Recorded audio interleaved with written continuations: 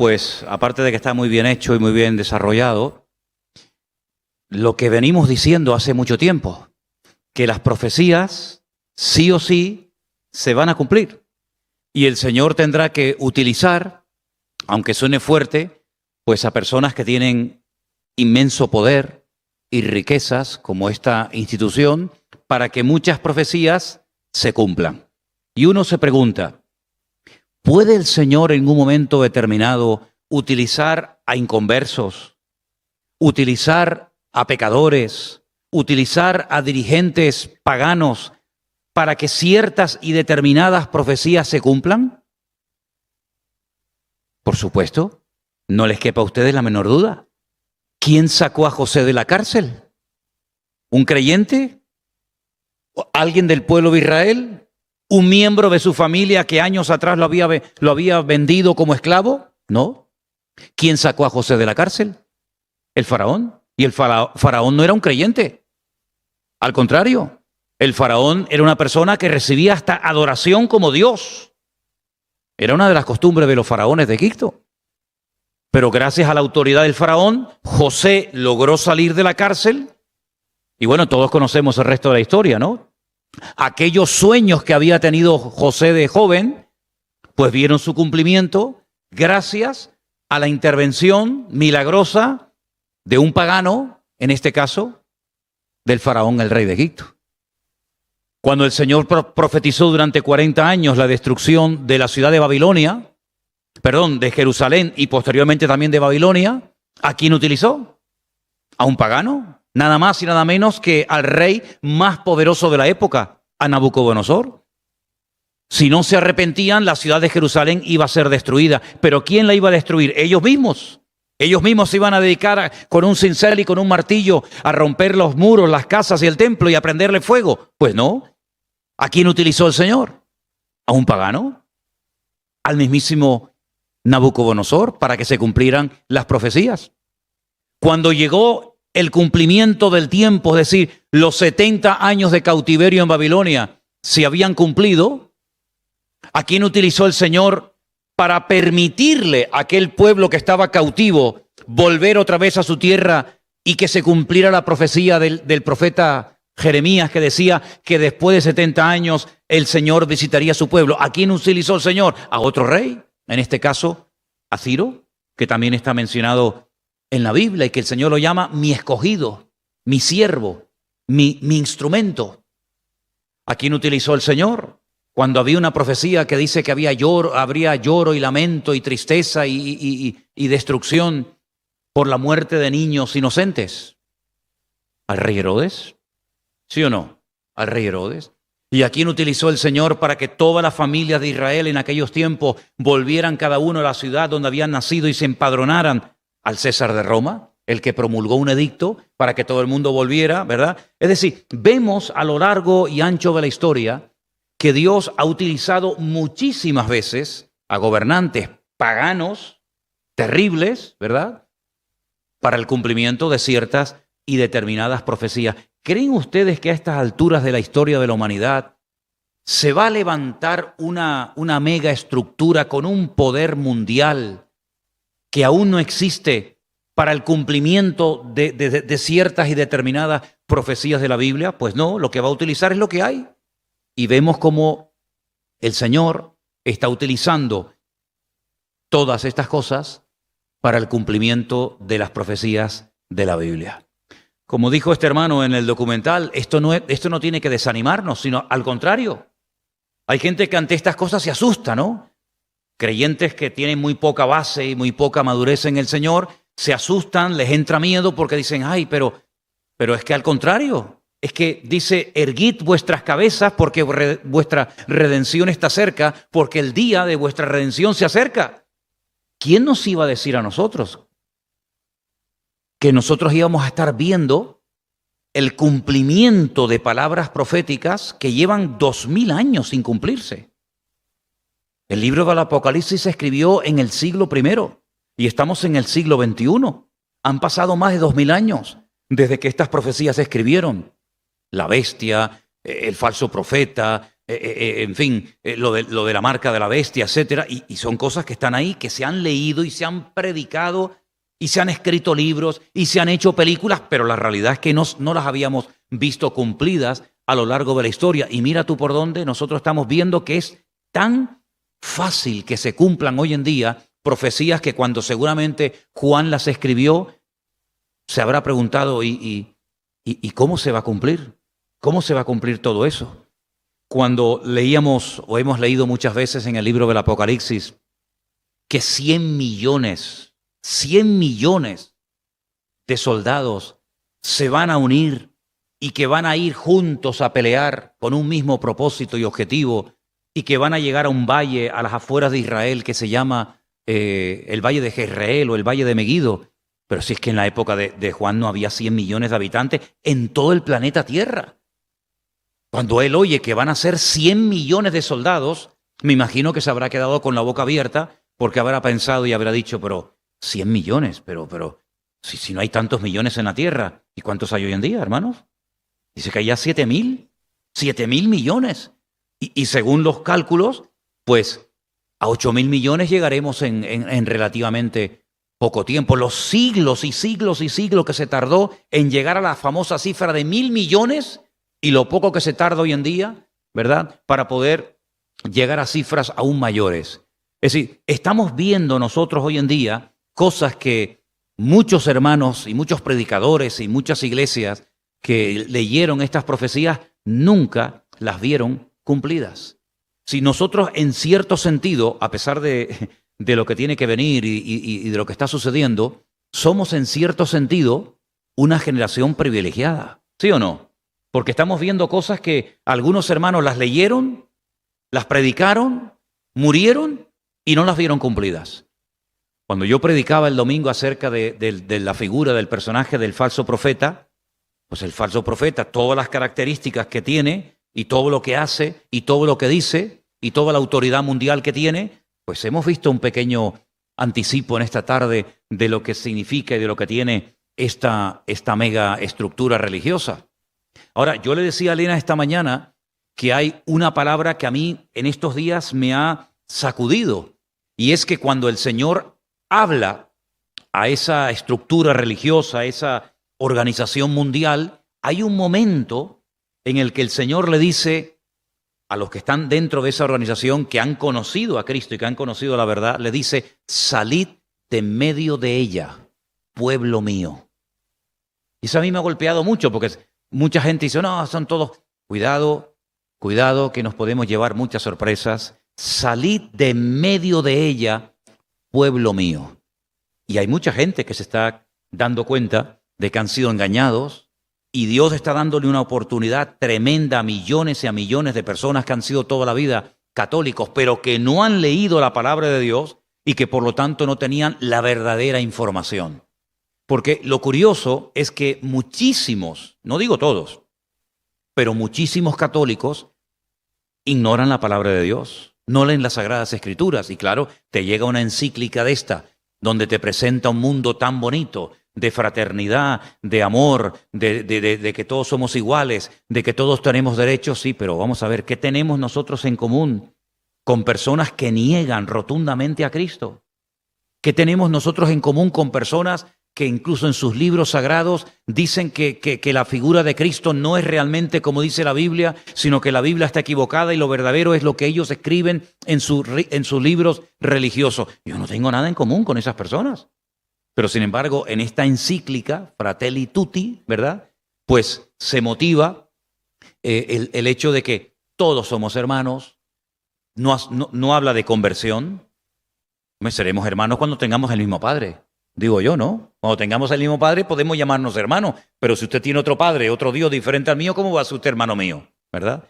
Cuando haya arrepentimiento, cuando haya conversión, cuando haya un cambio genuino de dirección y se acepte a Cristo como el único camino, la única verdad y la única vida, entonces podemos sentarnos a hablar. Cuando aceptemos que no hay otro mediador entre Dios y los hombres más que Jesucristo hombre, entonces nos podemos sentar a hablar. Cuando creamos que solamente la sangre de Cristo nos puede perdonar nuestros pecados y que aquellos que le recibieron y creyeron en Él son hijos de Dios no por nacimiento, sino por adopción, entonces nos podemos sentar y hablar. Pero mientras tanto, ¿de qué estamos hablando, hermanos? Déjeme que le lea 2 versículos en esta tarde que vamos a poner ahí en la pantalla. El primero se encuentra en Juan 5:39. Son palabras del Señor Jesucristo. Escudriñad, ¿qué? ¿Las Escrituras? ¿Las Escrituras? Escudriñarlas, porque a vosotros os parece que en ellas tenéis vida eterna, y ellas son las que dan, ¿qué? Testimonio de mí. Yo no he oído, y además que si la pueden conseguir, lo vais a comprobar, en ningún momento en esa encíclica que van a leer millones de cristianos, no se menciona el nombre, sobre todo nombre, de nuestro Señor Jesucristo, sino líderes de otras religiones que odian, aunque no lo digan tal vez abiertamente, en algunos casos sí, a los cristianos y al Evangelio. ¿Y por qué no se menciona al Señor Jesucristo? ¿Por qué se saca de contexto la famosa parábola del buen samaritano que le podemos dar, ¿verdad?, la interpretación personal que queramos y no la que realmente dice la palabra de Dios? Miren, todos, y hablo con propiedad porque lo he visto, y aparte un año fui a Israel y había pancartas gigantescas en todos los lugares santos cristianos de Israel porque era el 500 aniversario. Este Francisco de Asís, que si no recuerdo mal creo que era italiano, él era italiano y de hecho en la orden de los franciscanos la mayoría hablan italiano. Este hombre se jugó la vida. Este hombre fue un hombre valiente y atrevido porque fue a hablar nada más y nada menos que con el sultán de Jerusalén, con Saladino. Pero no para hacerse amigo de él. Se jugó la vida pidiéndole que le devolviera a los cristianos, en este caso a la orden franciscana, el derecho de poder gobernar y controlar los lugares sagrados. Y en Israel, si ustedes van de visita algún día, cuando ustedes van, por ejemplo, a la Basílica del Santo Sepulcro, cuando ustedes van, por ejemplo, al Monte de las Beatitudes o de las Bienaventuranzas, donde hay una iglesia que tiene 8 lados, como un octogonal, ¿verdad?, en recuerdo de las 8 bienaventuranzas, cuando ustedes van a la capilla de la lágrima, que tiene forma de lágrima, donde Jesús lloró por Jerusalén. En fin, hay muchísimos lugares, ¿verdad?, donde Pedro fue restaurado, donde el Señor le dijo, Pedro, tú me amas. En fin, todos esos lugares están bajo la custodia por más de 500 años de la orden franciscana. Eso es lo que quería San Francisco de Asís, que eso no estuviera gobernado ni controlado por los musulmanes, sino por los cristianos. Y este hombre se jugó la vida y fue valiente, le echó un valor tremendo de ir nada más y nada menos. Y Saladino se quedó sorprendido del valor de ir a hablar con el que le podía cortar el cuello. Prueba de ello que aquello era muy normal, porque dentro del mundo del Islam el cortar la cabeza es como un juguete, ¿no? Y ellos lo hacen muy a menudo. Prueba de ello es que hoy le han cortado la cabeza a una señora en una misa católica en Italia. Han degollado a 2 y a la tercera le han cortado la cabeza. Hoy aquí en Europa, aquí en el corazón de Europa, han matado a 3 en una iglesia católica en Francia esta mañana.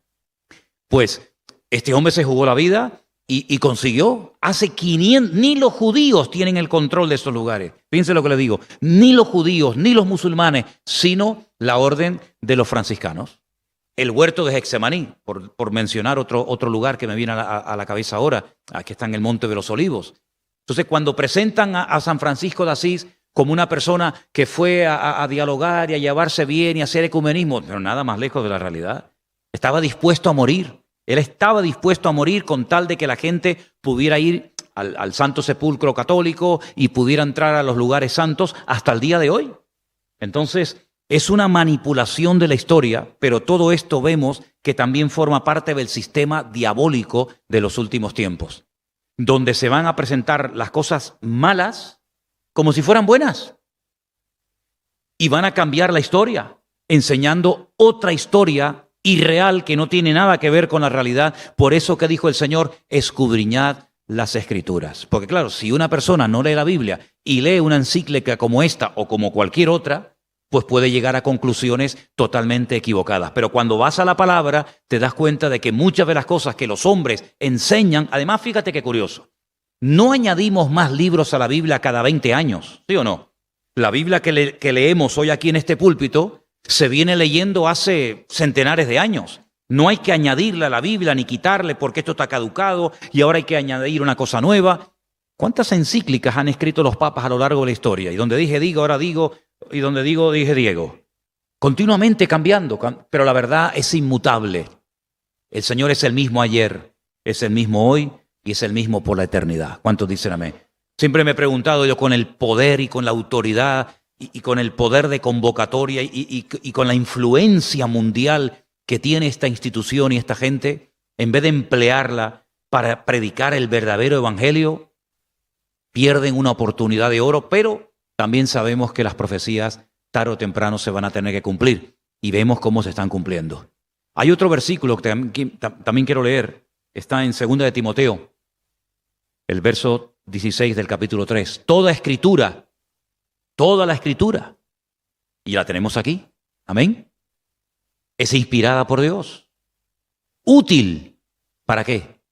Para enseñar, para redarguir, para corregir, para instruir en justicia, a fin de que el hombre de Dios sea perfecto, sea completo, enteramente preparado para toda buena obra. Así que por una parte el Señor dice, escudriñen, lean, estudien, profundicen en las Escrituras, porque ellas son las que hablan de mí, ellas son las que dan testimonio de mí. Y por otra parte, Pablo, en una de las cartas a Timoteo, dice que esa Escritura que el Señor nos manda y nos ordena a estudiarla y a escudriñarla, es útil cuando queremos guía, cuando necesitamos enseñanza, cuando necesitamos corrección, cuando necesitamos palabra de ánimo. Ahí está todo. ¿Para qué? Para que no nos falte nada. No dependemos de nadie, ni de cleros, ni de curas, ni de pastores, ni de nada. Nosotros dependemos única y exclusivamente de nuestro Dios.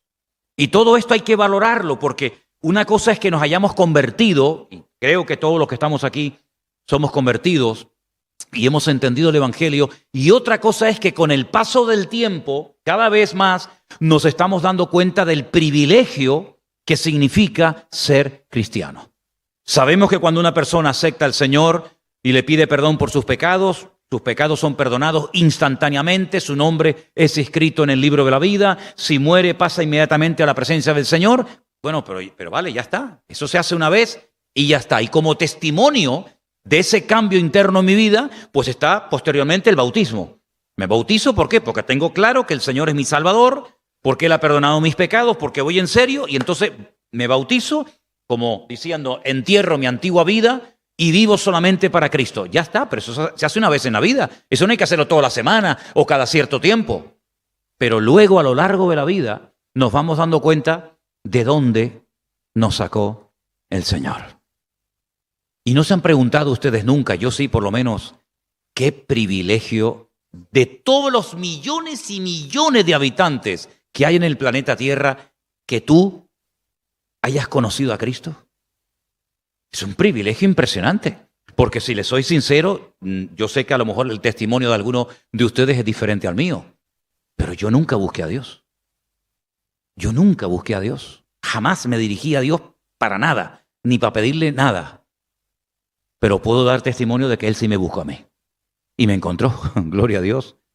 Por lo tanto, el privilegio de saber de dónde me sacó el Señor, el privilegio de poder entender el Evangelio. Saben, hermanos, cuando uno lee la Biblia, uno encuentra personajes que sabían lo que iba a pasar. Sí, había una gran masa de gente que no se enteraban de nada. Había una multitud de personas que comían, bebían, se casaban, viajaban, y como que para ellos todos los días eran iguales. Pero, por ejemplo, pensemos en Noé. Noé sabía lo que iba a pasar y por eso se preparó. Porque Noé sabía perfectamente que al planeta Tierra le quedaba poco tiempo. Cuando el Señor le dijo, métete dentro del arca, él sabía que ya no había marcha atrás. No le iba a decir, bueno, sal un momentito, vamos a esperar una semanita más. Cuando el Señor le dijo a Noé, prepárate porque va a pasar esto, esto y esto, y le dijo, entra en el arca, él era el único junto con toda su familia que sabía perfectamente lo que iba a pasar. ¿Qué dijo el Señor haciendo un comentario acerca de la vida de Noé? Que días antes del diluvio, días antes, el mismo día de la tragedia mundial, comían, bebían, se casaban, viajaban, traficaban, hacían de todo tipo de negocios y no sabían lo que estaba a punto de ocurrir. Pero sin embargo Noé lo sabía. Noé sabía perfectamente que ese día, cuando él entró en el arca, al día siguiente el mundo cambiaría para siempre. De hecho, el mundo que se encontró Noé cuando salió del arca es completamente diferente al mundo que Noé dejó antes de entrar al arca. José sabía perfectamente los planes de Dios para su vida. Lo sabía desde jovencito. ¿Por qué no lo sabía Rubén? Tú le preguntabas a Rubén, a Benjamín, a Judá, a Zabulón, a los demás hermanos, oye, una pregunta, ¿tú qué vas a hacer el día de mañana en la vida? No sé, pues no sé, hacer esto, hacer aquello. Sin embargo, José sabía perfectamente lo que le iba a pasar. Y era un joven, 17, 18 años tenía, pero él sabía que Dios contaba con él y que si él permanecía fiel al Señor, el Señor haría con él obras tremendas. ¿Lo hizo, sí o no? Por lo tanto, nosotros hoy en día que tenemos toda la Escritura, que no nos falta de nada, porque claro, yo lo dije en una ocasión, solamente se lo recuerdo, si nosotros en vez de ser miembros del Centro Evangélico Vida Nueva, aquí en Tenerife, hubiéramos sido, por ejemplo, miembros hace 2000 años de la iglesia de Corinto, nosotros tendríamos, lógicamente, todo el Antiguo Testamento, pero no en la mano. Cuidado, que eso no era así. Sino tenías que ir a un lugar, a la sinagoga, donde estaban los rollos de la Biblia, ¿verdad? Pero lo único que tendríamos como miembros de la iglesia de Corinto sería 2 cartas. Primera y segunda de Corinto. No tendríamos ni la carta de Pablo a los romanos, ni el libro de los Hechos, ni los Evangelios, ni el libro del Apocalipsis, ni la carta de Pablo a Timoteo, o a los tesalonicenses, o la de Filimón, o la carta de Santiago, o la de Juan, o las de Pedro. No, no. Yo, de miembro de Corinto, tendría primera y segunda de Corintios. Para de contar. Y necesitaríamos, pues, que viniera de vez en cuando Pablo, Timoteo, Apolos, etcétera, para que nos dieran más información, porque no la tenía. Si hubiéramos sido miembros de la iglesia de Éfeso, solamente tendríamos una, ni siquiera 2 como los corintios, la carta de Pablo a los efesios. Si hubiéramos sido miembros de la iglesia de Colosas, tendríamos solamente la carta de Pablo a la iglesia de Colosas. Pero ¿saben el privilegio de poder decir, tengo todo? Tengo todo, tengo lo que le dijo a los corintios, a los filipenses, a los romanos, a lo que escribió Pedro, lo que escribió Santiago, lo que escribió Judas. Lo tenemos absolutamente todo. Si tuviéramos solamente un evangelio, nos faltaría mucha información. Por ejemplo, imagínense que solamente tuviéramos el evangelio de Mateo. Nunca sabríamos cuál fue el primer milagro de Cristo. Porque el primer milagro de Cristo Mateo no lo cuenta. ¿Quién lo cuenta? Lo cuenta Juan. ¿Dónde fue? En Caná de Galilea. ¿Qué pasó? Convirtió el agua en vino. Si solamente tuviéramos, por ejemplo, el evangelio de Lucas, no sabríamos nunca quién fue la mujer samaritana. Porque la mujer samaritana solamente se la menciona en Juan capítulo 4.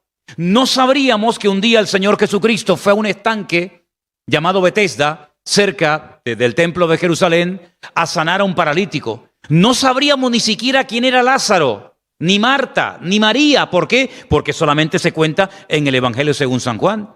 Si tuviéramos solamente el Evangelio según San Juan, ya que lo estamos mencionando tanto, pues no tendríamos ni el Padre Nuestro, ni las bienaventuranzas, ni tendríamos el Sermón del Monte.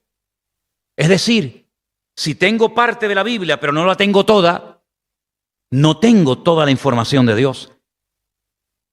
Pero gloria a Dios, que a nosotros no nos falta nada. Por eso dice Pablo a Timoteo y a toda la iglesia, nosotros también esta noche, la palabra de Dios ha sido inspirada para darte todo lo que necesitas para que seas perfecto. Yo sé que la palabra perfecto choca, pero sustitúyela, que no hay ningún problema y no cometemos ningún error grave, por la palabra completo, para que seamos completos, para que digas, ¿qué tengo que hacer cuando me encuentro con esta situación? Ahí están Romanos. ¿Y qué tengo que hacer cuando me encuentro en otra circunstancia? Ahí lo tienes en Primera de Pedro. ¿Y qué tengo que hacer cuando me pasa tal cosa? Ahí lo tienes en Mateo. ¿Y qué tengo que hacer? Y ahí lo tienes en cualquier otro libro de la Biblia. Es decir, no hay excusa para decir, es que no sé qué hacer. No, sí sabes qué hacer. Y si no lo sabes es porque no has leído o porque no quieres ponerlo en práctica. Es decir, el privilegio que tenemos nosotros los cristianos hoy en día es realmente impresionante. Y les digo algo, Mateo se cumplió, Marcos se cumplió, Lucas se cumplió, Juan se cumplió, el libro de los Hechos se cumplió. Las cartas de Pablo fueron escritas en su momento para solucionar problemas particulares de las iglesias locales de la época y que nos ayudan también a nosotros. Pero hay un libro de toda la Biblia que no se ha cumplido. Y es el libro del Apocalipsis. Los discípulos dijeron, sí, yo sé que Jesús sanó el paralítico de Betesda. Yo estaba allí. Y yo sé que el Señor dijo, bienaventurados los de limpio corazón, porque ellos verán a Dios. Sí, yo lo vi, yo estaba allí. Y yo sé que un día entró a la casa de Jairo o a la hija de Jairo y le tocó y la levantó, porque éramos testigos. Y yo sé que el Señor estuvo en el monte de la transfiguración y habló con Moisés y Elías, porque yo estuve allí y yo vi la pesca milagrosa y lo vi caminando por encima del mar, pero ellos no vieron el libro del Apocalipsis cumplido. Por eso cuando el Señor le pregunta a Juan, le dice, oye Juan, ven para acá, mira esta multitud, enorme, inmensa, gigantesca. Dice que nadie la podía contar. De todas las naciones, tribus, pueblos y lenguas. Y ahora viene la pregunta, Juan, ¿estos quiénes son? ¿De dónde viene esta gente? ¿De dónde han salido? Y Juan dice, no lo sé, Señor. Y dice que se echó a llorar, porque le hicieron una pregunta desde el cielo a la tierra y él no supo la respuesta. Tú pregúntale a cualquier cristiano que haya leído el Apocalipsis, ¿quiénes son estos que han salido con ropas blancas de todas las naciones, pueblos, tribus y lenguas? Y la Biblia te dice, estos son los que han salido de la gran tribulación, los que han lavado sus ropas en la sangre del Cordero. Yo sé la respuesta y Juan no la sabía. ¿Qué te parece?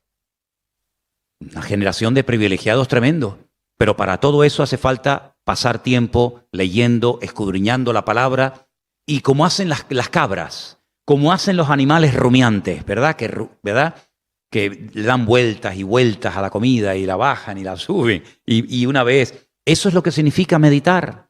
Meditar en la palabra de Dios. ¿En qué meditas tú? No puedo pagar el teléfono, no puedo pagar la gas, no tengo para la guagua, no tengo para... ¿Esas son tus conversaciones? Qué miserable vida, Dios mío. Qué vida tan triste de estar todo el día pensando que no tengo.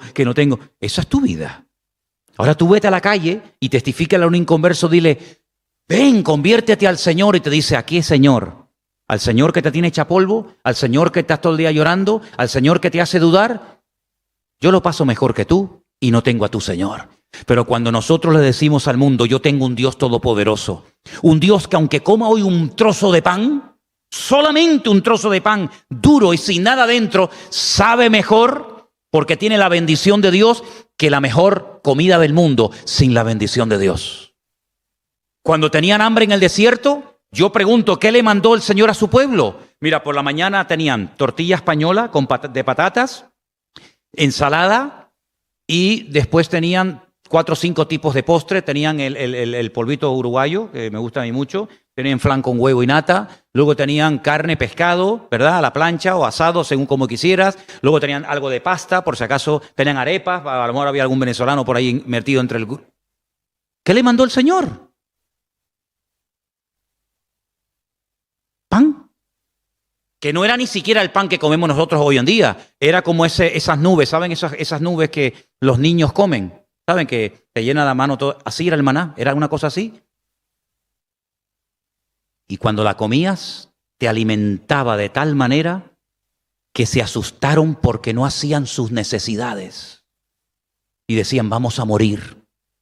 Porque era comida del cielo, no se desechaba absolutamente nada. Y por eso el Señor les tuvo que dar muchísimas instrucciones.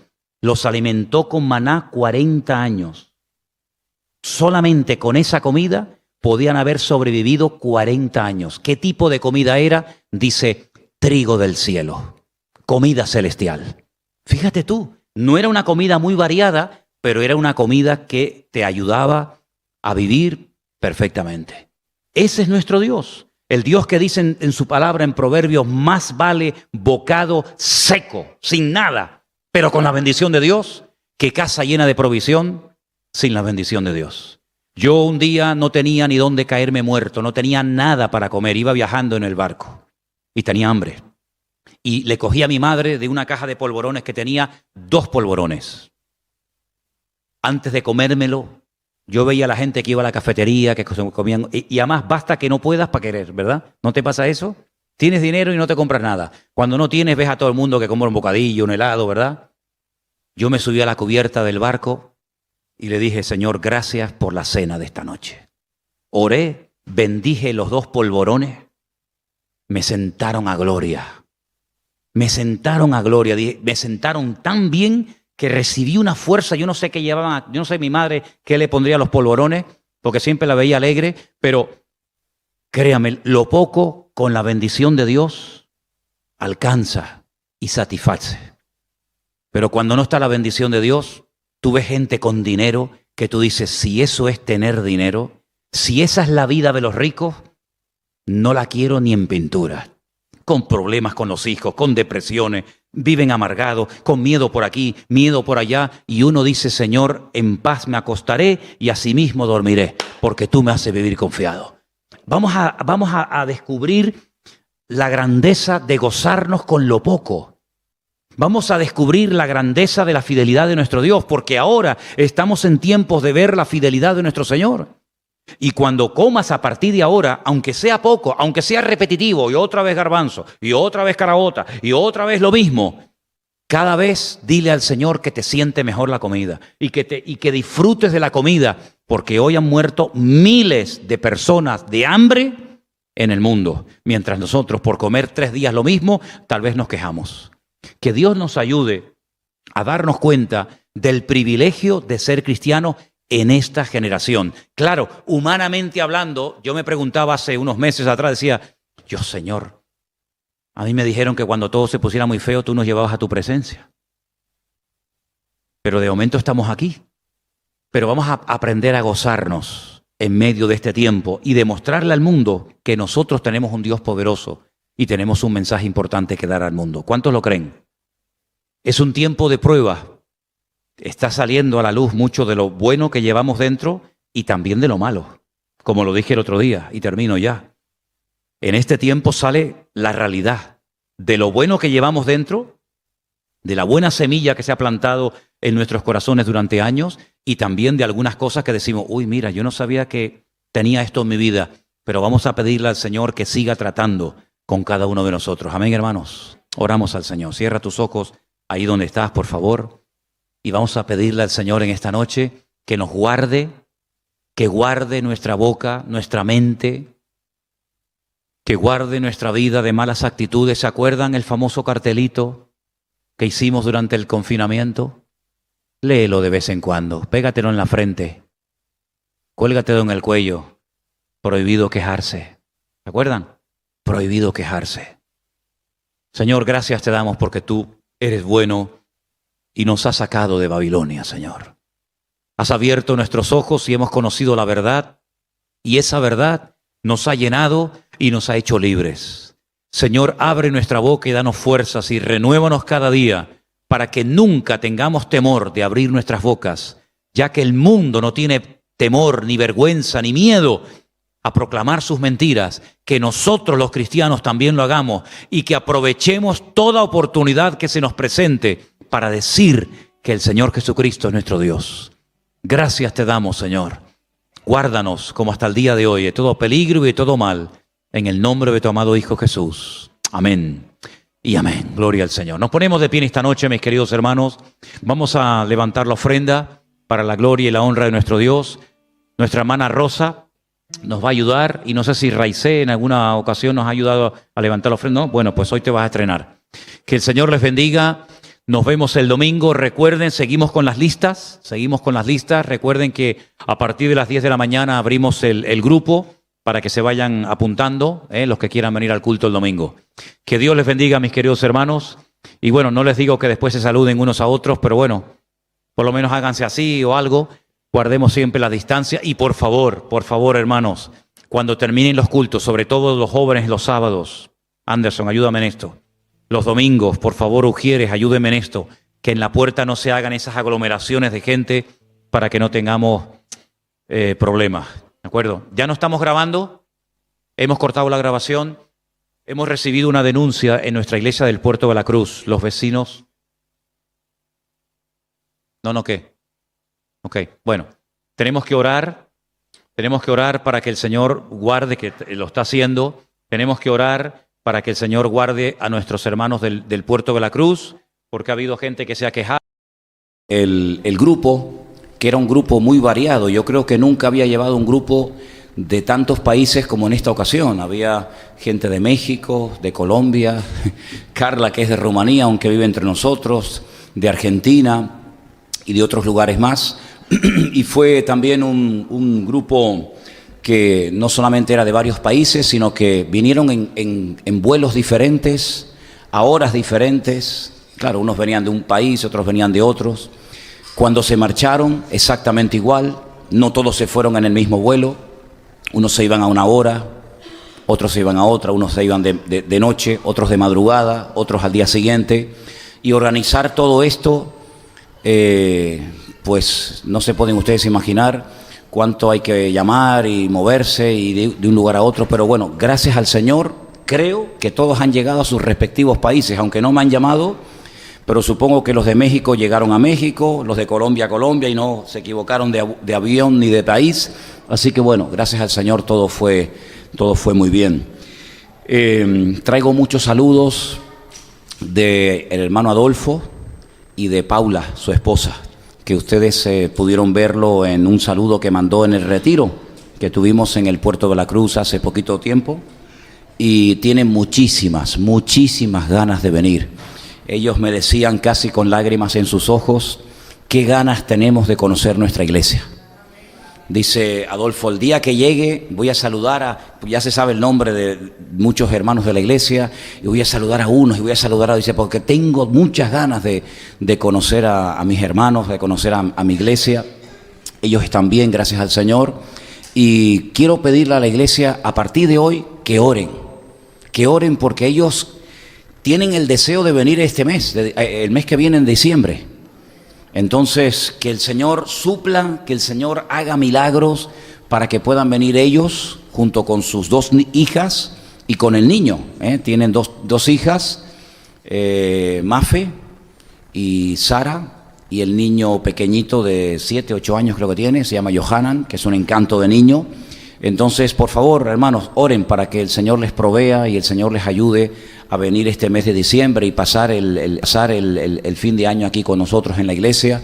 Así es que el Señor lo puede hacer. ¿Cuántos dicen amén? Gloria a Dios. Así que muchos saludos de ellos. Saludos también de Guido. Todos ustedes, o la mayoría de ustedes conocieron a Guido. Estuve con él cuando el grupo se fue el día jueves.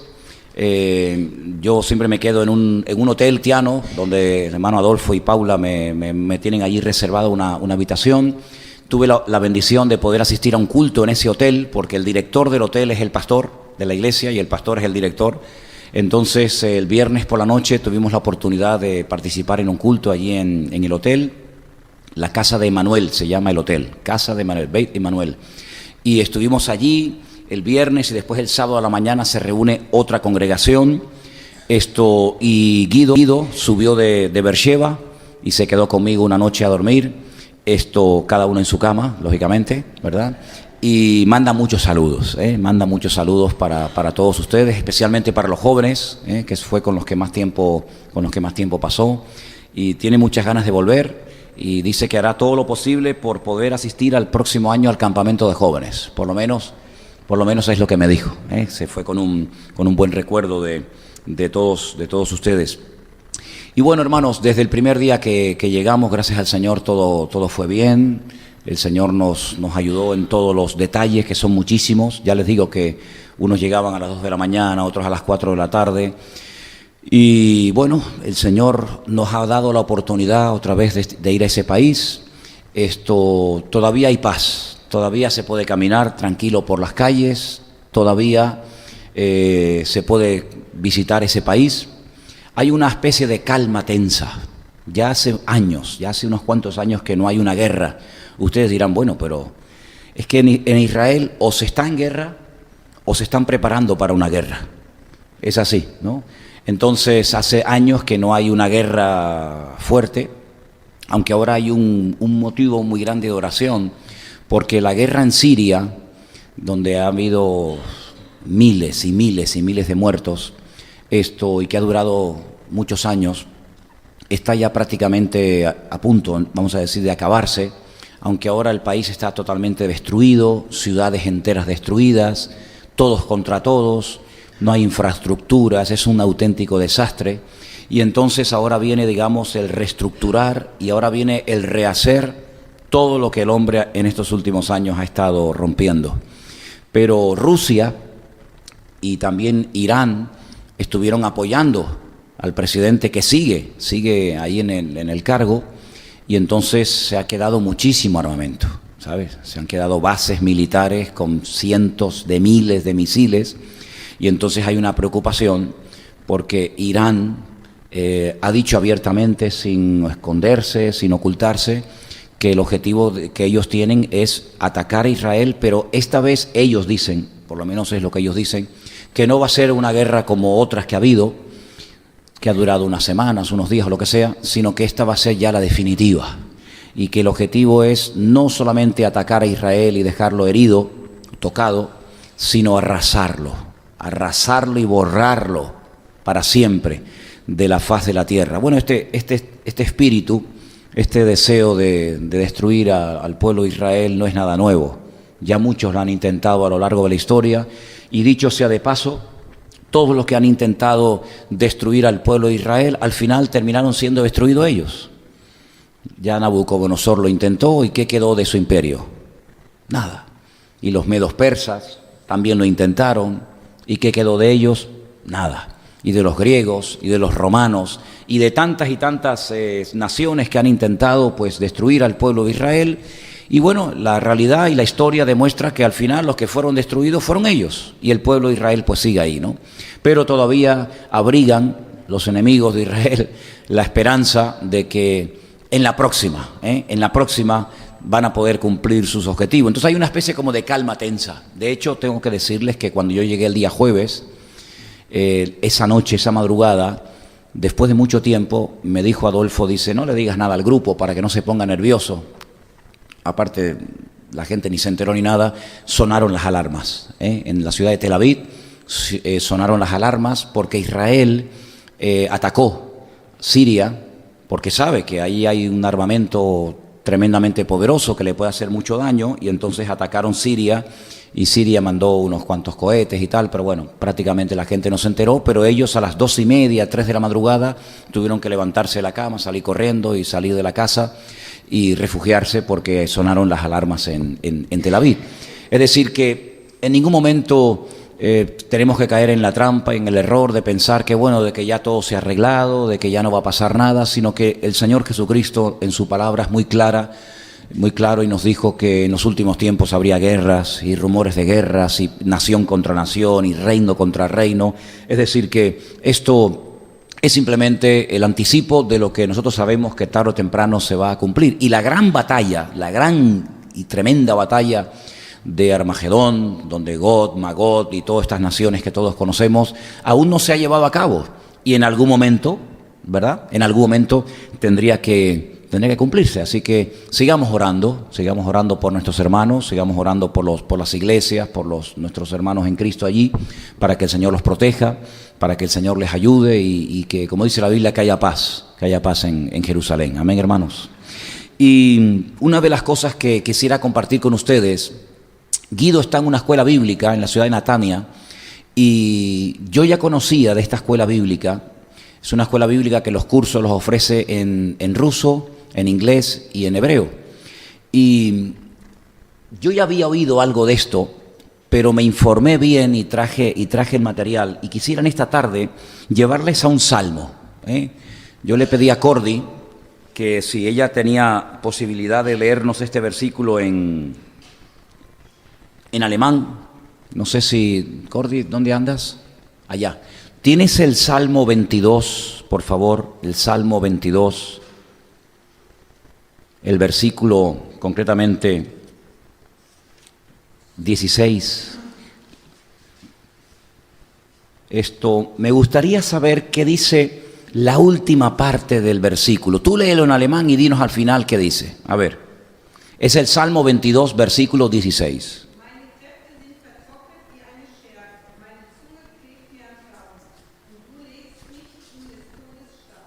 Amén, amén, muy bueno.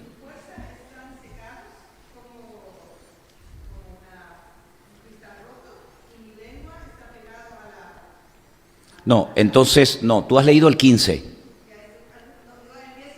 Ok, sí, yo sé que en algunas Biblias no coinciden los versículos. Lee el siguiente. Sí, ese, eso.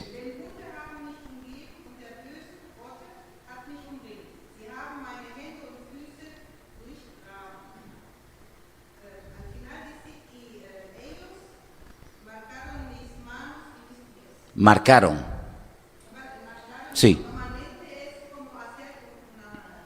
Perfecto, perfecto. Ok, vale. ¿Podríamos poner la fotografía que hicimos? Ok. Oh, vale, ahí lo tenéis, más o menos. Hermanos, miren, en el pueblo cuando hablamos del pueblo de Israel, mucha gente no tiene claro de lo que estamos hablando. Algunos piensan que por ser israelita o judío ya automáticamente ya todos son convertidos y han nacido de nuevo, pero no es realmente así. Hay una casta, diría yo, ¿no? Hay una casta en Israel que son todos los rabinos, y dentro del mundo del judaísmo, de los rabinos, hay muchos grupos diferentes. Unos tienen una tendencia, otros tienen otra, unos son más ultras. En fin, durante mucho tiempo, estamos hablando de muchos siglos, más de 1000 años, las traducciones del versículo 16 del Salmo 22, ¿sí?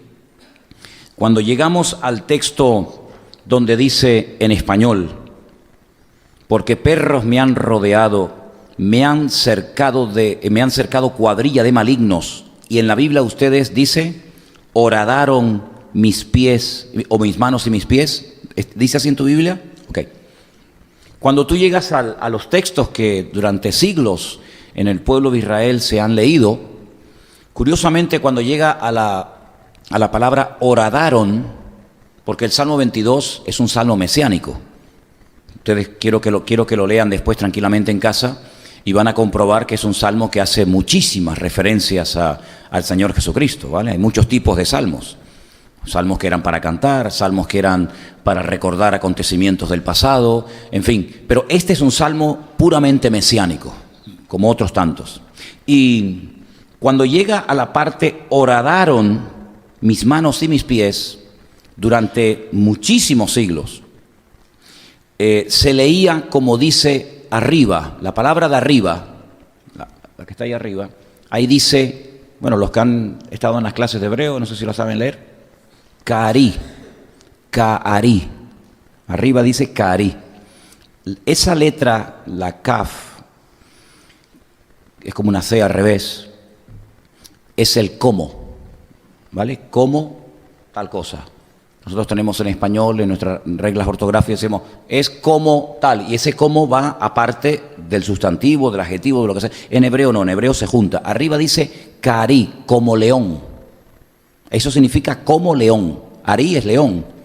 Esa primera letra es como león. Entonces el versículo, fíjate lo que dice, y es lo que ellos han leído durante siglos. Perros me han rodeado, me han cercado cuadrilla de malignos, como león mis manos y mis pies. No pega, exactamente, ¿verdad? No pega. Sin embargo, fijaros en la palabra de abajo, dice Ka'aru. Si os dais cuenta la diferencia entre la palabra de arriba y la palabra de abajo, está fundamentalmente en la última letra, en la última letra. Ustedes se dan cuenta que en la palabra de arriba hay como especie de una comilla, pero le falta el palo, el palito vertical le falta, como que lo borraron y se quedó esa parte arriba, y entonces abajo dice Ka'aru. Déjenme que les lea otro versículo para que ustedes vean lo que significa Ka'aru. Ese está en el Éxodo 21:33. Libro de Éxodo, capítulo 21, versículo 33, dice, si alguno abriere un pozo o cavare cisterna y no la cubriere y cayere allí buey o asno. Lo que quiero destacar es que habla de abrir, de cavar un pozo, una cisterna, es decir, hacer un agujero. Eso es Ka'aru. Como decía Cordy, ¿no? Decías la palabra. Ok. Como es un salmo mesiánico y al único que a lo largo de la historia que tenía relación con el pueblo de Israel, que le horadaron, que le perforaron, que le taladraron, le traspasaron las manos y los pies. ¿A quién fue? Al Mesías, al Señor Jesucristo. Los masoretas, que son los que le pusieron esos puntitos y esas rayitas que son las vocales, lo que hicieron fue borraron ese palito y le dejaron esa comilla arriba, y entonces ya cambió totalmente el significado de la palabra. Ahora dice como león, que no tiene nada que ver, pero realmente el texto dice carú. Ay, amigo, horadaron, perforaron mis manos y mis pies. ¿Cuándo se descubrió esto? Porque claro, durante muchísimo tiempo los judíos en sus Biblias, en su libro de Salmos, tenían la palabra de arriba, como león. Resulta que en el año 1947, esto es algo tremendo, se descubrieron los famosos manuscritos o rollos del Mar Muerto, en un lugar del desierto de Judea, que hemos estado recientemente, que se llama Qumran, donde había una comunidad de personas que, viendo la corrupción moral y espiritual que había en Jerusalén, huyen al desierto y allí se refugian en aquellas cientos de cuevas que hay en esa parte del desierto, y allí ellos quieren vivir una vida santa, una vida piadosa, una vida más cerca del Señor, repito, huyendo de la descomposición moral y espiritual de todo el liderazgo religioso y político de Jerusalén. Ellos se van al desierto, ellos se dedican a orar, ellos se dedican a hacer copias y copias y copias y copias de los libros del Antiguo Testamento. Ellos viven una especie de vida, entre comillas, contemplativa. Algunos dicen que los famosos esenios, que ustedes pueden, si quieren, estudiar y conocer un poquito más de ellos en internet, era esa comunidad que vivían allí, incluso más. Algunos dicen que Juan el Bautista, el que bautizó al Señor Jesucristo, salió de esa comunidad de Qumran, y por eso él practicaba el sumergir a la gente en agua, porque en esa comunidad lo hacían todas las mañanas y todas las tardes. De hecho, se pueden ver. Cuando vas a las ruinas de Qumran, ves una escalerita, hay muchos, ¿no? Ves una escalerita que era para bajar y otra que era para subir.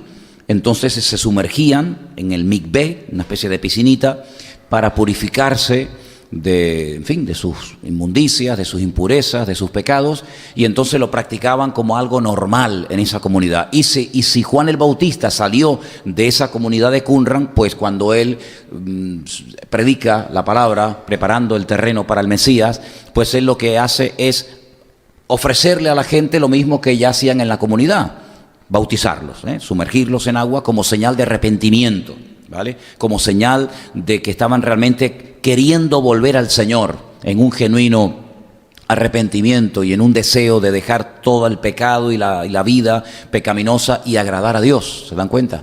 Entonces, en esa comunidad, esta gente vivió y se dedicaron durante siglos a hacer copias y copias de la Escritura. Ay, amigo, resulta que yo tengo las fotografías originales, esto simplemente yo lo he hecho a mano para que ustedes lo puedan ver, pero un libro que se descubrió, que se encontró entero, en un estado de conservación extraordinario, fue, por ejemplo, el libro de Isaías y otros muchos libros, prácticamente todo el Antiguo Testamento, aparte de otras cosas. Bueno, pues una de las cosas que se descubrió en esos manuscritos, que podríamos decir con toda seguridad que fue el descubrimiento del siglo, porque todas las copias que se hacían de la Biblia se hacían de manuscritos más modernos. Pero estos manuscritos que se descubrieron en Qumran son del año 150 años antes de Cristo.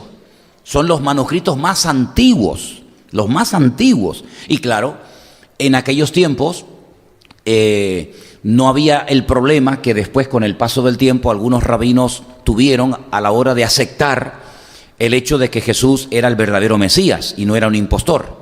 Por lo tanto, en esos manuscritos, que se llaman los manuscritos de Qumran o del Mar Muerto, cuando llegaron al Salmo que hemos leído esta noche, ellos se dieron cuenta de que no estaba escrito el texto como lo pone arriba, no ponía como león, sino ponía carú, que significa horadaron, perforaron mis manos y mis pies.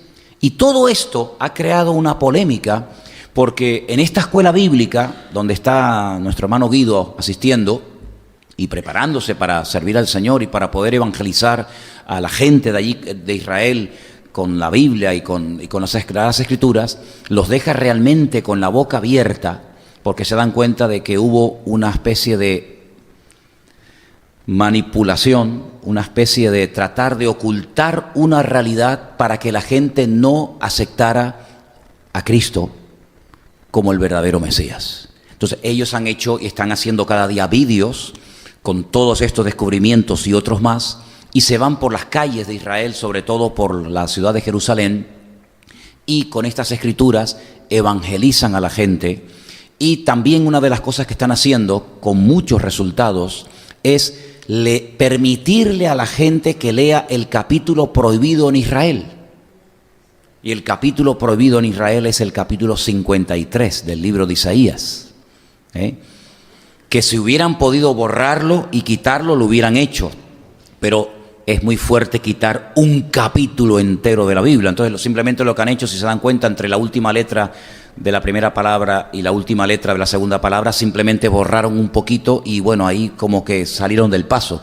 Pero ya quitar un capítulo entero de la Biblia del profeta Isaías era algo ya demasiado exagerado, demasiado descarado, ¿no? Entonces estos chicos van por las calles y les permiten a la gente leer el capítulo 53 del libro de Isaías, y cuando terminan de leerlo les preguntan: ¿de quién piensan ustedes que están hablando? Y ellos dicen: del Mesías. ¿Y qué personaje de la historia judío nacido en esta tierra cumple con las características de este capítulo? Y se quedan sorprendidos porque se dan cuenta de que los rabinos con toda intención han intentado de impedirle a la gente que acceda a ciertas y determinadas partes de la Escritura. Por supuesto, sobra decir que tienen totalmente prohibida leer el Nuevo Testamento, ni siquiera tener un ejemplar de un Nuevo Testamento en sus casas, porque automáticamente pueden tener gravísimos problemas, ¿verdad? Entonces, esto está causando realmente todo un revuelo en muchas personas. Y hoy, cuando hablaba con nuestro hermano Adolfo desde Israel, estaba muy contento porque me decía que la mejor amiga de su hija mayor, una chica 100% judía, no es latina, no es de padres latinos, no habla español como sus hijas, sino que es una chica 100% nativa de allí, le dijo a su hija: tengo mucha curiosidad y muchas preguntas acerca del cristianismo.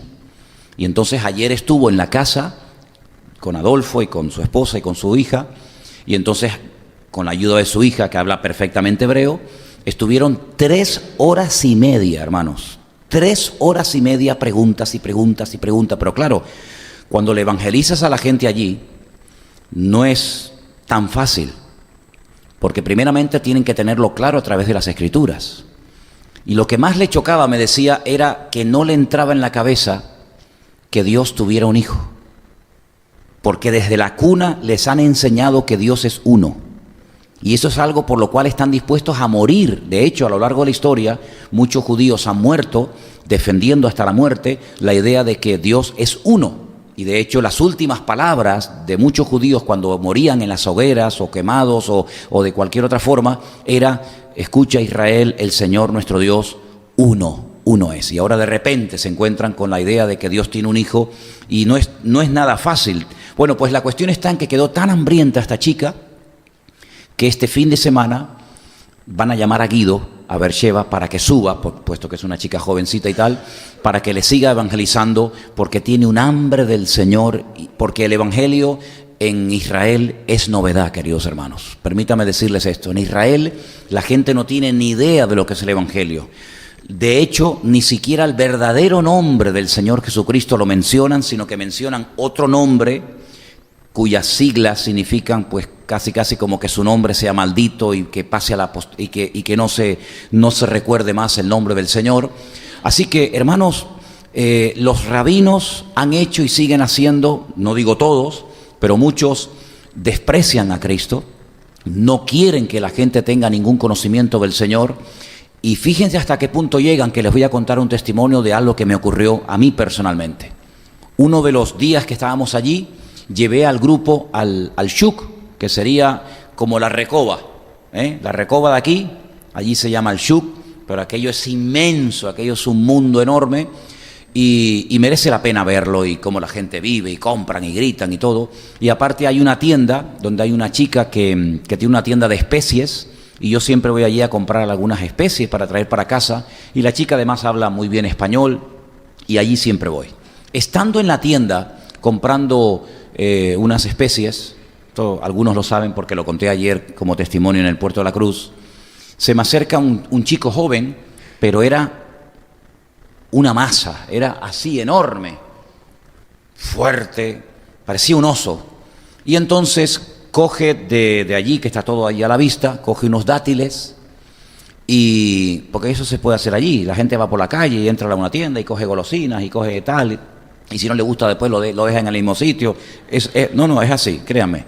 Y coge unas nueces, las mete en una bolsa, las aplasta así como dejándolas un poquito rotas y tal, abre el dátil, las mete dentro y me dice, esto me lo daba mi padre cuando yo era niño, pruébalo.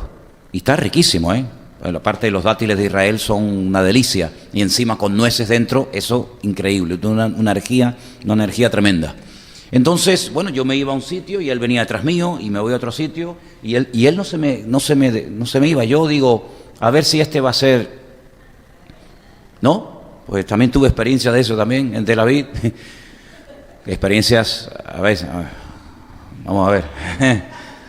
Y hay un momento cuando ya estoy pagando y ya me voy a ir, que me dice, ¿tú tienes algo de parte de Dios que decirme a mí? Y le dije, ¿cómo? Dice, es que yo hace 4 años, yo le dije, ¿cuánto? Pensé que había dicho 4, no, es 4 años. Yo hace 4 años tuve un sueño contigo. Digo, ¿conmigo? ¿Y qué viste?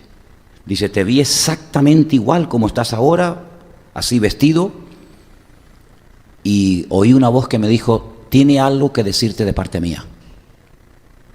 Digo, bueno, esto son ya palabras mayores, esto ya pasa de dátiles y de nueces. Vamos a sentarnos, vamos a hablar, nos sentamos en una mesa que había allá afuera. Y comienza este muchacho a decirme, no me acuerdo de su nombre porque tiene un nombre rarísimo, me lo repitió varias veces y no, la verdad es que sinceramente no me acuerdo. Pero tengo su cara grabada aquí y la conversación también. Y me dijo, mi íntimo amigo, que se llama Pedro, tú sabes qué significa piedra, me dice. Digo, sí, es así, es cristiano. Y él todos los días me habla de Cristo y de Dios y de tal, y la Biblia. Y un día fui a la iglesia. Y cuando entré a la iglesia, y el pastor me mandó a pasar adelante, puso las manos sobre mí y caí al suelo. Y como que se asustó, no entendía por qué le pasaba eso. Volvió una segunda vez al culto y nada más entrar por la puerta de la iglesia, cayó al suelo, pero en esta ocasión se le paró el corazón. Dice, caí muerto. Tuvieron que llamar a la ambulancia, vino a buscarlo a la iglesia y se lo llevaron. Y estuvo muerto. Se asustó tanto que se fue a hablar con un rabino, porque él no es practicante, pero su familia son rabinos muy conocidos en Israel. Y dice, y sin pedir cita ni nada, el rabino me atendió, un rabino muy importante, y le conté la experiencia. Y el rabino me dijo que nunca más se me ocurriera entrar a una iglesia, que nunca más volviera a pronunciar el nombre de Yeshua, porque la próxima vez que entre a una iglesia o mencione su nombre, caeré muerto. Y estaba aterrorizado este chico, estaba muerto de miedo. Y todo el tiempo me decía, no lo menciones. Pero había momentos en la conversación como que se transformaba. Había momentos en los que era como otra persona. Y entonces me le quedé mirando la cara y le digo, mira, porque a todo esto me dijo que como él necesitaba de algo en su vida, de ayuda, y el rabino le dice que no vaya, y tiene una lucha tremenda, dice que un día a gritos, hermano, dice, yo puse las manos así, y clamando con toda mi alma le dije a Dios, Dios mío, háblame, tengo mi alma rota, estoy destrozado, se metió en drogas, se metió en todo tipo de vicios habidos y por haber, y le clamó al Señor, Dios mío, háblame, mándame a alguien, dime, ¿qué tengo que hacer con mi vida? Y entonces yo le dije, pues yo soy la respuesta a tu oración. Y se quedó así. Y me dice, ¿seguro? Digo, totalmente seguro. Tú clamaste a Dios y el Señor me ha traído a mí de miles de kilómetros de donde yo vivo y me ha traído aquí para decirte a ti, y le di mi testimonio, hablé con él. Bueno, estuvimos más de 1 hora y pico allí sentados en aquella mesa, allí hablando. Y yo no sé lo que va a pasar con este chico. Yo oré por él. Hay un momento en el que lo tuve que reprender, tomar autoridad en el nombre de Jesús, atarlo, porque le dije, lo que tienes ahora mismo, porque comenzó a decirme una serie de cosas, y era el diablo hablando a través de su boca, ¿sabes? Y le digo, lo que tú tienes son demonios. No tenía ni idea de lo que era eso. Porque del mundo espiritual, de Torá sabrá mucho, pero del mundo espiritual no tienen ni papa. Y le digo, ahora en el nombre de Jesús toma autoridad sobre esos demonios y te digo que te calles. Y se quedó el tipo que ni se movía, la mandíbula como que se le salía para afuera, una cosa tremenda. Fue una lucha, yo decía, como se manifieste aquí en plena calle, puede pasar cualquier cosa, porque la gente no entiende. Les cuento esto para que vean el poder tan grande que tiene el nombre de Cristo, pero para que vean ustedes lo difícil que los rabinos le ponen a la gente en Israel, que vayan a congregaciones, que lean el Nuevo Testamento, y eso que Jesús era de ellos, era judío, el Nuevo Testamento está prácticamente en un contexto totalmente judío, israelita, pero yo quiero que oremos porque se están rompiendo muchas barreras, muchísimas barreras. Hay un barrio entero que se llama el barrio de Mea Shearim, donde viven miles de judíos ortodoxos, los hasídicos, los más ultra de todos. Y este año, y ya desde hace algún tiempo, pero ya este año ya es el definitivo, todos los jóvenes tienen que ir al servicio militar. Los jóvenes, los chicos, 3 años, y las mujeres, 2 años y 8 meses, algo así. Dicen que entre el 40 y el 60% de los jóvenes que están en esa vida, de verdad que es una atadura terrible, nunca más vuelven otra vez a esa vida religiosa. Y entonces empiezan una búsqueda, y muchos se dedican a viajar por el mundo, porque hay un vacío tan grande que la religión, ninguna religión puede llenar, sino solamente el Señor. Entonces es un momento tremendo el que se está viviendo ahora mismo en Israel, porque hay un deseo de conocer, hay un deseo de aprender, hay un deseo de decir, bueno, pero ¿quién era esta gente? ¿Quién eran los cristianos? ¿Quién era Jesucristo? Porque todo lo que les han dicho y enseñado es totalmente al revés de lo que dice la palabra del Señor. Entonces, hermanos, la gente se te acerca, te pregunta, quieren saber lo que tú crees, quieren saber quién era realmente Jesucristo, quieren saber por qué vino, cómo murió, por qué no murió, por qué esto, por qué aquello. Entonces yo quiero que ustedes tengan siempre en sus oraciones presentes a los hermanos que están allí trabajando y sirviendo al Señor. El deseo y el sueño, por ejemplo, de Guido es prepararse, aprender bien las escrituras, dominar bien los textos de la Biblia, conocer bien la jerga de la Biblia, porque el hebreo que se habla en la calle no tiene nada que ver con el hebreo de la Biblia.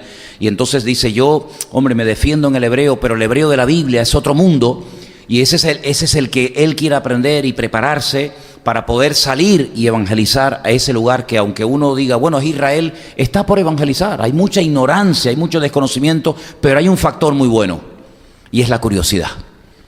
Factor que en Europa no hay. No hay una curiosidad por el evangelio. La gente no se preocupa, una indiferencia. Le cuenta tu testimonio y, bueno, si a ti te va bien. No hay ese deseo de decir, bueno, ¿y cómo fue? ¿Y cómo no fue? ¿Y dónde estás? ¿Y dónde vas? En Israel sí lo hay, sí lo hay. Entonces, que el Señor ponga su mano y le dé sabiduría a todos los que viven allí, y que cada vez que el Señor nos dé la oportunidad de poder viajar, que el Señor nos ponga, porque yo cuando salgo por las calles le digo, Señor, úsame, Señor, que se me acerque la gente, que me pregunte, y te puedo asegurar que no ha habido ni un solo viaje donde la gente no se me acerca a preguntarme cosas del Señor. Se han abierto puertas. Te lo digo sinceramente, para mí me resulta hoy por hoy más fácil evangelizar allí que muchas veces aquí, donde ni te escuchan, ni tienen interés, e encima hasta una indiferencia total y absoluta. En Israel no hay indiferencia, hay ignorancia, que es diferente, pero hay una curiosidad sana por conocer cosas del Señor, y que el Señor levante y mande personas realmente preparadas y con carga, porque evangelizar allí tienes que conocer bien las Escrituras. Y lamentablemente una de las cosas que yo hablaba con nuestro hermano Adolfo, y decíamos lo siguiente: mira, la mayoría de los creyentes hoy por hoy no han leído nunca la Biblia completa, me refiero. Y esa es la pura realidad. Yo no sé, pregúntate a ti mismo si tú este año te leíste la Biblia. Algunos dirán, sí, yo me la leí. Bueno, yo me alegro, gloria a Dios. Pero la inmensa mayoría, yo he conocido muy pocos cristianos, créame hermano, y sé lo que digo. Yo he conocido muy pocos cristianos que después de años, se han leído la Biblia completa. No salen siempre de, bueno, los salmos, el Evangelio de Juan, el de Mateo, las cartas un poquito por aquí y por allá, pero leerse la Biblia, muchos cristianos nunca se la han leído. Ahora tú imagínate ir a Israel, donde no puedes prácticamente utilizar el Nuevo Testamento, sino que con el mismo Antiguo Testamento le puedes demostrar a los que están buscando la verdad que Cristo era el verdadero Mesías. Si no conoces la Escritura, ¿de qué le vas a hablar? Entonces se respetan las Escrituras, ¿sabes? Eso es una gran ventaja. El saber que una persona que está delante tuyo, que te hace preguntas, si tú se lo demuestras con la Biblia, no tiene ningún problema en decir, amén, lo creo y lo acepto. ¿Por qué? Porque lo dicen las Sagradas Escrituras. Y entonces vemos en la palabra de Dios la importancia de los creyentes en los últimos tiempos de conocer la palabra. ¿Qué le decía el Señor Jesucristo, por ejemplo, a los que iban de religiosos? Erráis las Escrituras y el poder de Dios. Porque le daban más importancia a la tradición. Y fíjate, hermano, escuchen esto. Si hace 2000 años, el Señor Jesucristo le dijo a los fariseos, que siguen existiendo y viviendo todavía allí, ustedes por vuestras tradiciones han anulado las Escrituras. Imagínense, 2000 años después, hoy en día hay más leyendas y más tradiciones y más libros que anulan la palabra de Dios que hace 2000 años. Si hace 2000 años era muy difícil evangelizar a un rabino debido a la cantidad de tradiciones y de costumbres que tenían, imagínense 2000 años más tarde, cuando tienen enciclopedias, como ustedes saben perfectamente, de cantidades de libros, llamado el famoso Talmud, donde cada vez que están buscando una respuesta, recurren al libro, recurren al Talmud, que no tiene nada que ver muchas veces con la palabra de Dios, ¿verdad? Otra de las cosas que muchas veces repiten como loros, es que el nuevo pacto, el pacto que hizo el Señor Jesucristo, fue una cosa como muy oculta, no fue una cosa abierta, porque ellos dicen, fíjense, y claro, a base de repetir y repetir un concepto y de repetir una idea, como que se hace callo en la gente. Ellos dicen que cuando el Señor entregó la Torá, cuando el Señor entregó la ley, había millones de personas que estaban allí como testigos, y lo es rotundamente falso. Yo quiero que ustedes solamente recuerden esto, hermanos, como argumento, por si algún día te encuentras con una persona que dice esto. El día que Moisés recibió la ley en el monte Sinaí, estaba solo. No estaban miles y millones de personas con él allí. De hecho, el pueblo, mientras él estaba en la comunión con el Señor, se estaba desmadrando con el famoso becerro de oro a las faldas del monte Sinaí. Y allí estaba Aarón. Y dice que construyeron un becerro de oro. Y decían, bueno, este Moisés no sabemos lo que ha pasado con él. ¿Se acuerdan? No sabemos dónde se ha metido este hombre. Llevamos ya más de un mes y pico esperándolo y por aquí no aparece.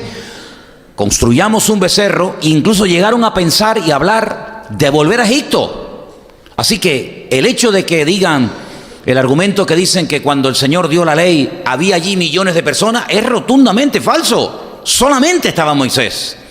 Y él fue el que recibió las tablas de los 10 mandamientos. Y si él no hubiera bajado del monte, el pueblo de Israel nunca se hubiera enterado de que Dios dio la ley en el monte Sinaí. Nunca. Porque de hecho tampoco mostraron mucho interés por recibirla. Porque de hecho estaban danzando y comportándose como auténticos salvajes. Danzando y cometiendo todo tipo de barbaridades alrededor de aquel becerro. Y cuando el Señor le habló a Noé, un mensaje universal que iba a afectar a todas las naciones de la tierra, donde iban a morir seguramente millones de personas. ¿Cuánta gente oyó el mensaje que Dios le dio a Noé? Nadie. Y cuando el Señor le dijo a Abraham, sal de tu tierra y de tu parentela a la tierra que yo te mostraré, ¿cuántos millones de testigos estaban allí que oyeron aquel mensaje? Nadie, solamente lo oyó él. Por lo tanto, no es el número de testigos lo que le da credibilidad al hecho en sí, porque muchas veces encontramos en la palabra de Dios que, por ejemplo, el Señor le hablaba a una persona durante la noche donde nadie lo escuchaba, donde nadie podía constatar que eso fue así, y le daba palabras proféticas alucinantes, tremendas. Y si no, recordemos la noche cuando el Señor se le presenta a un niño llamado Samuel, y le da una palabra para el sacerdote de Israel, que en aquel momento estaba corrupto y que en aquel momento estaba totalmente alejado de los caminos del Señor. ¿Cuántos testigos había allí? Ninguno. Sin embargo, el Señor le habló a Samuel. Y cuando le habló a José estaba solo. Y cuando le habló no solamente a Moisés, sino a muchos personajes del Antiguo Testamento, estaban solos. Pero ellos dicen que, claro, el nuevo pacto Jesús lo hizo dentro de una casa donde no había muchos testigos. Pues ¿saben qué? Había más testigos en la Santa Cena o en la Última Cena, cuando Cristo partió el pan y el vino e instituyó el nuevo pacto. Había allí más testigos que los que hubieron en el monte Sinaí cuando Moisés recibió las tablas de la ley, que solamente las recibió él. Y repito, si no hubiera él bajado de la montaña, nadie se hubiera enterado de lo que allá arriba estaba pasando. Por lo tanto, todos estos argumentos y todas estas cosas uno tiene que saberlas para poder abrirle los ojos y para que se den cuenta de que muchas cosas que han creído y han aceptado son simplemente tradiciones y leyendas, y se han pasado de generación en generación, de padres a hijos, una generación y otra generación, pero realmente carecen de una vida, de una relación con el Señor tremenda. Y yo creo que hay dos cosas fundamentales para todos nosotros en esta noche y para todo creyente. Primera es el conocimiento de las Escrituras y una relación genuina y diaria con el Señor. Una persona comenzó a hacerle en un momento determinado preguntas a nuestro hermano Adolfo, y cuando yo después hablaba con él me decía, ¿sabes? Él me llama Manuel. Manuel, ¿sabes? Yo creo que si muchos creyentes hoy en día leyeran más la Biblia, conocieran más al Señor a través de su palabra y tuvieran más relación y comunión con Él, muchos problemas y dudas y follones que se montan no los tendrían. Y es que, queridos hermanos, cuando vamos a la palabra de Dios, nos encontramos que Dios nos ha dado un regalo maravilloso, y es todo lo que Dios habló, todo lo que Dios dijo. ¿Cuántas veces yo he dicho desde este mismo púlpito? Les recuerdo, si nosotros hubiéramos vivido hace 2000 años, haz este esfuerzo, por favor. Dígame una ciudad de las que menciona la Biblia, del Nuevo Testamento. Una de las que menciona la Biblia, por favor. Venga, la primera que se te venga a la cabeza. Pero bueno, a lo mejor hice mal la pregunta. De las ciudades que Pablo o Pedro o tal les escribe una carta, venga. Éfeso, vale, ya tenemos una. Imagínate que tú, en vez de ser miembro de la Iglesia Vida Nueva de Santa Cruz de Tenerife, fueras miembro de la Iglesia Vida Nueva de la ciudad de Éfeso. ¿Estamos de acuerdo? No había, pero bueno, vamos a poner un ejemplo, ¿no? Bien. Y de repente recibes una carta. La iglesia recibe una carta. Ahora, cuando yo te mando un mensaje de WhatsApp o lo que sea, ¿tú lees una parte o lees todo lo que tú recibes? Todo. Esa costumbre no la tenemos nosotros con la Biblia. Es decir, tú le mandas un WhatsApp a un hermano, a un amigo, a quien sea, y tú lees todo. Hola, ¿qué tal? ¿Cómo estás? No sé qué, y no sé cuándo. Y lo lees todo. ¿Por qué la Biblia no la leemos toda? Imagínate. Reciben una carta, hermanos, hemos recibido una carta del pastor de la iglesia, que ahora mismo no está con nosotros, pero hemos recibido una carta. La carta a los Efesios. Ustedes la han leído, tiene solamente 6 capítulos, es muy bonita, pero tiene solamente 6 capítulos. Si tú fueras miembro de la iglesia de Éfeso, solamente tendríamos en el archivador o en un cajón, donde sea, en la iglesia, la carta de Pablo a nosotros, a la iglesia de Éfeso. Claro, tendríamos todo el Antiguo Testamento, pero no así, sino tendríamos que ir a una sinagoga y si vivieras en Corinto, ¿tendrías la carta de los Efesios en el archivador de la iglesia? No, tendría 1 de Corintios y 2 de Corintios. Y si fueras miembro de la iglesia de Tesalónica, tendrías las cartas que Pablo te mandó a ti.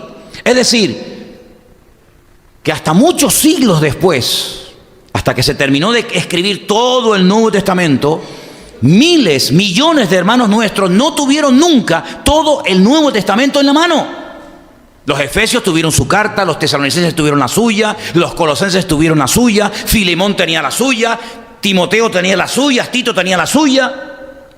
Pero nosotros las tenemos todos, todas. Entonces sabemos cuando surge un problema de la índole que sea, la respuesta no la tengo en Corintios. Pero mira, en Tesalonicenses hay un versículo buenísimo para solucionar este problema en la iglesia. Y allí vamos. Y cuando surge cualquier otra necesidad o pregunta o duda o lo que sea, ¿dónde podemos ir? Hoy hay un versículo en Romanos tremendo. Porque tenemos todo el consejo de Dios, no hay excusa. Tenemos absolutamente todo. Claro, cuando Pablo le escribía a la iglesia de Corinto, ¿qué es lo que intentaba Pablo con la carta? Solucionar los problemas de la iglesia local de Corinto. Y cuando Pablo le escribía a los hermanos de Colosas, ¿qué problema solucionaba? Pues los problemas que había en la iglesia local de Colosas. Pero los problemas de esta iglesia eran diferentes a los de aquella. Y las necesidades de esta congregación eran diferentes a las necesidades de la otra congregación. Pero es que 2000 años después, donde ya no recibimos cartas de nadie, pues lo que tenemos que hacer es tener todas en la mano, que las tenemos aquí, en este libro, en la Biblia, amén. Y cualquier circunstancia que surja, tenemos la respuesta. Porque alguien podría decir, pero bueno, los problemas que ocurrían en los tiempos de la Biblia, por ejemplo, en la iglesia de Corinto, después de 2000 años, ya hoy en día no se dan. O los problemas que surgían en la iglesia de los filipenses, ya hoy en día no ocurren esas cosas. No, señor. Porque cuando Pablo le decía, por ejemplo, a aquellas dos hermanas, ¿se acuerdan? Con aquellos nombres tan raros, tan feos, ruego a Evodia y a Síntique que sean de un mismo sentir. Hoy en día no tenemos en la iglesia hermanas que se llamen Evodia y Síntique, pero podemos tener a hermanas con otro nombre que en un momento determinado habrá que decirle, hermanas, únanse, perdónense, ámense, reconcílense, ¿sí o no? ¿Y no hay problemas de inmoralidad hoy en día en las iglesias? Y no hay problemas de divisiones, y no hay problemas de celos, y no hay problemas de abusos de autoridad, y no hay problemas de falsos dones o de falsas profecías o falsos maestros. Claro, entonces, hermanos, gloria al Señor, tenemos un privilegio tremendo que durante muchas generaciones nuestros hermanos no tuvieron, y es tener todo el Nuevo Testamento completo, todo el Antiguo Testamento completo, y con 66 libros, que es lo que tiene la Biblia, unos más grandes, unos más cortos. Con 66 libros tienes todas las respuestas que tú necesitas para lo económico, para lo familiar, para cualquier área y dificultad de tu vida. Todo. No puedes decir, me falta algo. No nos falta nada. Tenemos todo el consejo de Dios. Y además tenemos algo tremendamente poderoso, que todos los del Antiguo Testamento nunca tuvieron.